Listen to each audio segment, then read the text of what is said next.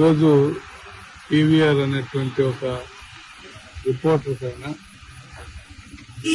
False case పెట్టి Baden police స్టేషన్లో ఒక ఫాల్స్ కేసు రిజిస్టర్ చేసి ఆయన్ని పోలీసు వారు ప్రభుత్వ భాగస్వామి అవుతారు. ఆయన టార్చర్ పెట్టే పరిస్థితి చేశారు. గతంలో ఒకసారి కర్నూలు వెళ్ళి అక్కడ టార్చర్ పెట్టారనేది మాత్రమే ఇన్ఫర్మేషన్.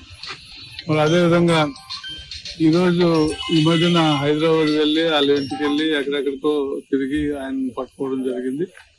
ఈరోజు ఇక్కడ బొబ్బులి తీసుకొచ్చారు. బొబ్బులు తీసుకొచ్చినటువంటి సందర్భంలో ఆయనకి ఏం జరిగింది ఒకసారి తెలుసుకోవాలనేటువంటి ఉద్దేశం మీద నేను కానీ మా లా అడ్వకేట్స్ కానీ మా నాయకులు కానీ స్టేషన్కి వచ్చాం. రూరల్ స్టేషన్ లో సిఐ గారు లేదంటే అర్బన్ స్టేషన్ లో ఉన్నారంటే అర్బన్ స్టేషన్ కి వెళ్ళడం జరిగింది. అక్కడ అర్బన్ సిఐ గారు చాలా రూడ్ గా బిహేవ్ చేశారు.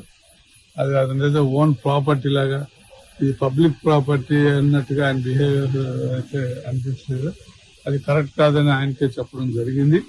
ఆ తదుపరి రూరల్ సిఐ గారు నా ఛాంబర్కి వచ్చేది మీకు ఏం తెలుసు చెప్పండి అంటే ఏం లేదు ఇలాగా ఒక మెన్ తీసుకొచ్చారు కేవీఆర్ అనేటువంటి వ్యక్తిని అని తెలిసింది. అసలు ఏంటిది అతని పరిస్థితి, అతనికి ఎలా ట్రీట్మెంట్ జరుగుతుంది అనేటువంటి ఉద్దేశం తెలుసుకోవాలని చెప్పి వచ్చామని చెప్పి చెప్పడం జరిగింది.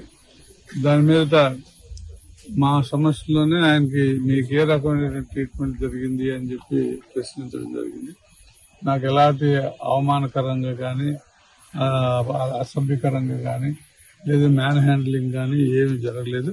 చాలా గౌరవంగానే తీసుకొచ్చిన దగ్గర నుండి ఇప్పటి వరకు గౌరవంగానే చూశారని చెప్పి ఆయన కూడా మాతో అంటే అక్కడ చెప్పడం జరిగింది. అది మేము విన్నాము. మీ రిపోర్ట్లు కూడా వినే ఉంటారు మా నాయకులతో సహా. అంటే దానికి మేము సాటిస్ఫై అయ్యాం. పోలీస్ వారి చర్యలకి ఫర్దర్ గా ఏ రకమైనటువంటి ఇబ్బందులు కలిగించకుండా పార్టీ కానీ ఇలాంటి తప్పుడు రిపోర్ట్లకి ఎట్టి పరిస్థితులు కూడా వ్యతిరేకించడానికి వైఎస్ఆర్ కాంగ్రెస్ పార్టీ అధినాయకత్వం దగ్గర నుండి కింద స్థాయి వరకు కూడా అందరం కూడా ఇలాంటి చర్యల్ని ప్రొటెస్ట్ చేస్తున్నాం. ఎవరి మీద వచ్చినా కూడా అందుచేత పోలీసు వారు కూడా దాని పూర్వపరాలు ఏంటి తెలుసుకోకుండా ఇది భారత రాజ్యాంగం రెడ్ బుక్ రాజ్యాంగం అంటే భారత రాజ్యాంగం కాదు, దానికి ఏదో అవమానం జరిగిపోతే రాజ్యాంగానికి అవమానం జరిగిపోయినట్టుగా పోలీసులు ట్రీట్మెంట్ చేయడం కూడా కరెక్ట్ కాదనేది నా అభిప్రాయం. కాబట్టి ఈ భవిష్యత్తులో రేపు కోర్టుకి అప్పచెప్తారు. ఇవాళ రాత్రికో రేపు అప్పచెప్తా ఉన్నారు. అప్పచెప్పిన తర్వాత యాజ్ పర్ లా ఏదైతే అది మేము కానీ వాళ్ళు కానీ ప్రొసీడ్ అవుతాం.